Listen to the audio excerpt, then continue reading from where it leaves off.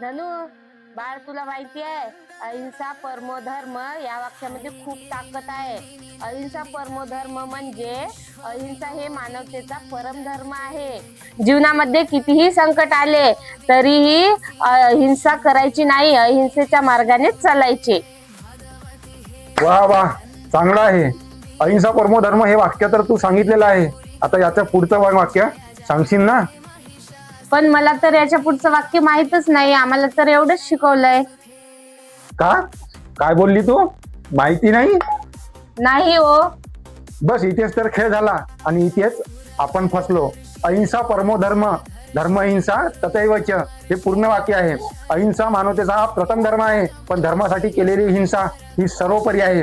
हेच आपल्याला कोणीच सांगितलेलं नाही आणि आपण आपल्या लेकरांना सुद्धा हे शिकवत नाही. तुला वाटत नाही का अधुरं वाक्य शिकून आपण आपल्या लेकरांना कमजोर बनवत आहोत? येणारी पिढी ही आपण नपुंसक बनवत आहोत? याचा विचार करावा जरा.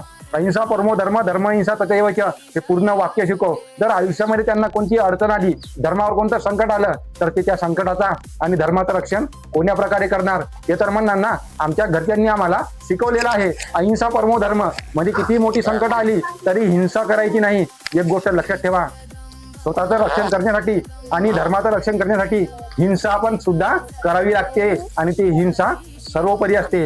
हे प्रत्येक आईबापाने आपल्या मुलाला, आपल्या मुलीला शिकवा, म्हणजे जेणेकरून तुमच्या मुली वेगळ्या मार्गाने जाणार नाही आणि मुलं व्यसनी होणार नाही आणि दुसऱ्या कोणत्याही मार्गाने जाणार नाही.